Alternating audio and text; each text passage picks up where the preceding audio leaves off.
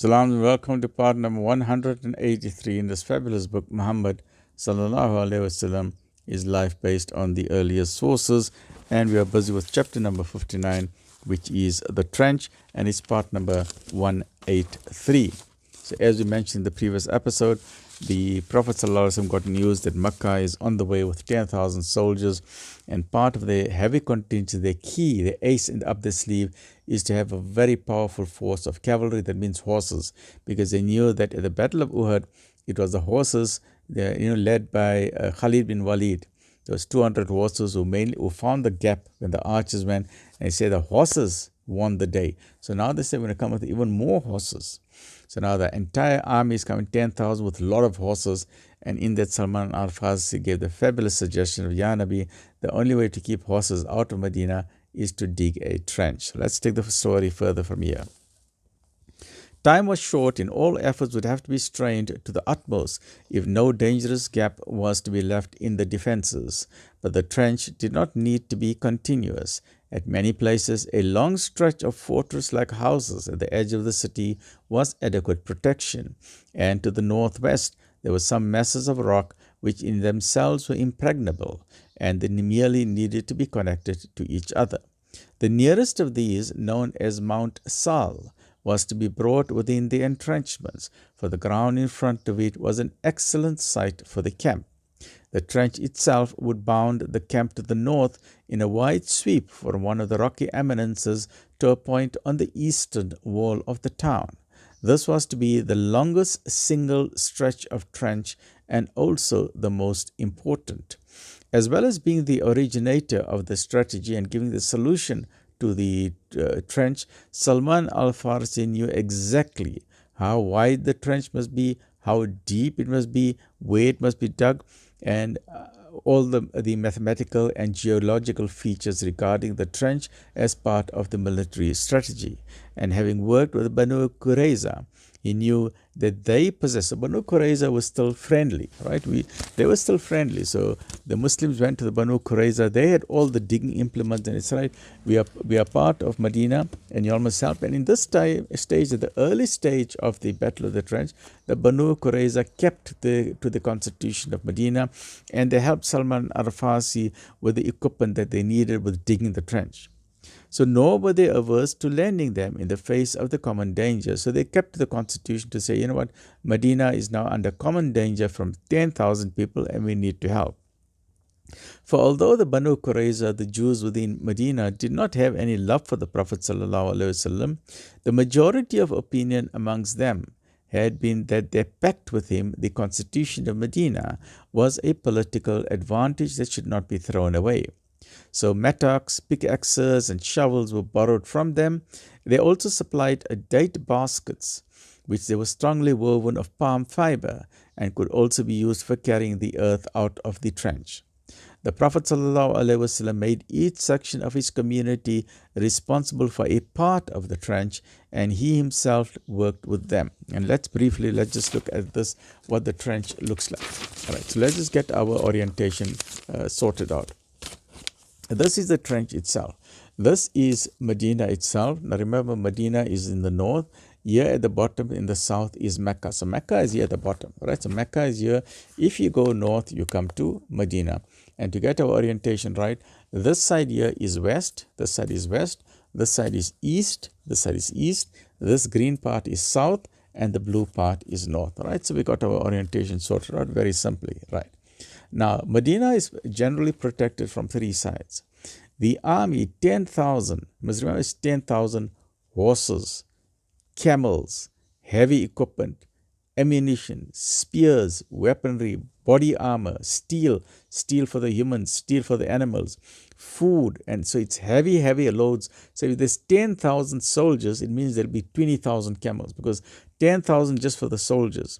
Then you got the horses. Then you need 10,000 additional animals just to carry all the loads, for the food, the tents, because each soldier needs a tent. So you need all the loads, you need the food, you need the pots and pans and the swords and the armaments and the spears and the arrows, food for the animals, water. So it's like a huge army. So 20, 30,000, huge army coming forwards. For that you need food. Now that army, You cannot just go anywhere. So this army will find it difficult to come from the south, because in the south where the green area is, those are the orchards of the people of Medina, the agricultural land, the palm trees, the farmland, very damp ground and very full of orchards and trees. An army cannot enter Medina from the south. So Medina is safe from the south. Then on the western side of Medina, this black area is volcano, and on the east, this black area is volcano. This is volcanic rock, very sharp, very slippery. So a horse cannot climb. The horse will slip and fall. Camels cannot climb this. The camels, their feet will be cut at the bottom. So the Medina is protected from the west, Medina is protected from the east, Medina is protected from the south. So when the 10,000 people are coming from here, they're coming from Makkah, they're coming. It took them 2 weeks to come. Coming. They went along the Red Sea coast. They came along the Red Sea because the Red Sea is over here. They came round until they came here on top. They're sitting at the north of Medina. So they were sitting here on top, and mountain of Uhud is further up, right? That is the battle of Uhud. So they were sitting here on top of the north. So here we have the Quraysh as the 3,000, Ghataf another 3,000, and the other 3,000 or 4,000 was made up of the tribes of Sulaim, Kinana, Asad, Murrah, and Shurja. So in total there were 10,000 people facing Medina. This entire blue area is the trench. So Salman al-Farsi said, Ya Nabi, the only way we can defend the city of Medina, let's dig a big trench. So they dug a trench from west to east, and the Masjid Nabi was headquarters, and close to on the east side, there was a little bit of a hill. There was another camp which Nabi Sallallahu Alaihi Wasallam set there. So Nabi Sallallahu Alaihi Wasallam was between Masjid Nabawi and on the hill known as the Hill of Sal, where he put another tent, where it was like an observation tower, where you could observe all these 10,000, this entire army. He could see them at a glance. And this was absolutely baffling for Khalid bin Walid, because once again, same at the battle of, do I have the battle of Uhud? At the battle of Uhud, the two main cavalry forces, at that stage, this is the battle of Uhud, remember? When Nabi Sallallahu Alaihi Wasallam was at the battle of Uhud, Nabi Sallallahu Alaihi Wasallam was here, the Ansar and Muhajirin were here, the archers were over here.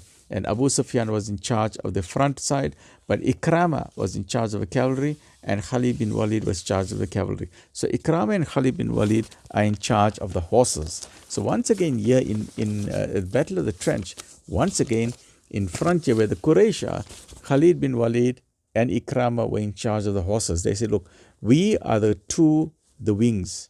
We're going to come with our fast cavalry. So when Khalid bin Walid and Ikrama came, they came galloping, or the horses came galloping. They had to stop. Like a Ferrari is going 400 kilometers an hour. All of a sudden, you get a big pothole in the ground. And you say, what is going on? So Khalid bin Walid and Ikrama were very cross. They say, what is this? They found a hole in the ground. Now imagine you telling the people at the back, the entire army is coming. And meanwhile, you tell the entire army to stop. They say, what's going on? What's wrong with Khalid? He stopped again. Khalid said there's a hole in the ground. Now, the Arabs are only familiar with two holes. You either dig a hole in the ground for a well, looking for water, or you dig a hole in the ground to bury someone. There's only two types of holes that the Arabs were familiar with. The Arabs never saw a hole in the ground called a trench. They did not know. No, Khalid was very cross. So he called all the chiefs and said, what's wrong with Khalid? Why did he stop the army? And Khalid said, there's a hole in the ground. He said, there's a hole. Jump over the hole. What's the big deal about a hole? Because the chiefs, they never knew there was a trench. They thought if there's a small hole, it's a pothole, tell Khalid to jump over the hole. What is he stopping the whole army for? So they call all the chiefs of all the tribes. They come here. Khalid called them and said, look at this hole. And they're all just standing and look at this hole. They got a shock of their life. They have never seen a trench in their life. And now Khalid bin Walid is confused. Now you must remember, Khalid bin Walid is a very intelligent person. And this is one of the things that turned his heart towards Islam. Khalid bin Walid, remember, he was the super general of Mecca. He was the top 5-star general of Mecca. There's no one could touch, no one could come close to him. That's why when there was a battle of Badr, Khalid went for a holiday. When he saw that the chiefs of all the tribes were coming, 1,000 people against 300 of the Muslims, he said, this is a walk. It's very easy. It's very easy. It's like you're saying, you got to say you've got a top league in the world, say a soccer competition, say Liverpool or Manchester United against, say, South Africa or against Mauritius, right? Or against Kenya. You will say, Liverpool, the top league in the world, they will easily beat South Africa or Kenya or Mauritius, very easily. So I won't even go to the match. Liverpool will win. So when Liverpool did not win, when the Muslims lost, at least when the Quraysh lost at the Battle of Badr, Khalid bin Walid got a shock of his life because he went for holiday. He said, you'll score the goals, there's no problem. He got a shock of his life. So firstly, he got a shock of his life at Badr. Secondly, he then came at the Battle of Uhud. Once again, he got a shock at the strategic thinking of Nabi Sallallahu used the pincer maneuver. Khalid bin Walid couldn't move left or right. It was just fortuitous that the archers came down. If the archers did not come down, Khalid bin Walid was neutralized. And Khalid bin Walid knew that. He said, I couldn't move left or right. Even though I had all my horses, I couldn't move. Now at the Battle of the Trench, Khalid bin Walid said, again I'm neutralized. He said, now we come with 10,000 people. And with so many horses, nearly 1,000 horses. And we can't move a finger. So Khalid bin Walid was thinking. He was thinking until eventually when it was a battle, when he came to the Treaty of Hudaybiyah, and once again Khalid bin Walid was waiting on the main road. He said, I'm going to catch Nabi Sallallahu Alaihi Wasallam. Nabi Sallallahu took a sight and was gone already on the outskirts of Mecca. Khalid bin Walid said, no, this guy is under divine protection and he's got super intelligent. He's more intelligent than me as a military general. And so on, and then he became a Muslim. So this is one of the fabulous ways in which Khalid bin Walid became a Muslim, because he was absolutely baffled. The Arabs had never seen a trench in their life. And this trench, this magnificent suggestion of Salman al-Farsi to say, in Persia, Ya Nabi, in Persia, this is what we do. So this, it tells you the hallmark of Nabi Sallallahu Alaihi Wasallam, a magnificent leader. It shows his humility, his magnificent charm, his ability to understand his people, and his willingness to listen to suggestions. We know so many leaders or managers in a company or business CEOs, who get a little bit of success, they become arrogant. They say, I am so and so, it must be done my way or go fly or the highway, my way or highway. This is the way it must be done. They don't listen to suggestions. They are autocratic. They are dictators. They make everybody's life a misery, and everybody knows that they're doing the wrong decision. But eventually what happens? Even their team around them just say, yes, whatever you say, we listen to. Yes, very good suggestion. Very good. But the back they say, oh, very good. Very good. Yeah, you're the boss. You're the boss. But now for the Nabi Sallallahu Alaihi Wasallam, those are autocratic, arrogant people. Nabi Sallallahu Alaihi Wasallam was a marvelous, humble leader. And that is why the people loved him. And he was open to suggestions. He used to say, talk to me. Tell me your suggestion. And they used to talk to him. They said, Ya Nabi, what about this? What about this? Like famously the Battle of Badr. They asked him, Ya Nabi, are we stopping here? Is this a wahi? Is this a revelation? Or is this part of a strategy? And he said, no, this is part of a strategy. He said, no, Nabi, let's not stop here. Let's go further so we can get all the wells under our control. Nabi said, perfect. I like that idea. Let's go with it. Now here again, once again at the Battle of the Trench, an army of 10,000 is coming. Once again, Nabi said, right, I need your opinion. Look at it. I need your opinion. They were not scared. They're not saying, how can we talk to him? No, shh, keep quiet. What if we're wrong? What if we're wrong? We can make a mistake. Then it's our fault. No. They say, Ya Nabi, what about a trench? We dig. The horses can't jump over it. It's so deep, like about 2 meters deep or 3 meters deep. The horse falls in there. The horse can't come out. And it's so wide that a horse can't jump over it. Right? So Salman al-Farsi knew the dimensions. I don't know the exact dimensions here, but it is something where a horse cannot jump over that hole, and if the horse goes into that hole, that horse is not going to come out.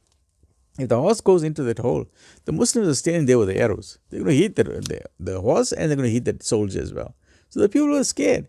And especially the horses used to come, they used to stop at the hole. The horses never saw a hole like that. And the horses, they're very skittish. The horses also love their life, They don't want to just jump into a hole, but so the Muslims were standing with the arrows and with the spears, the lances.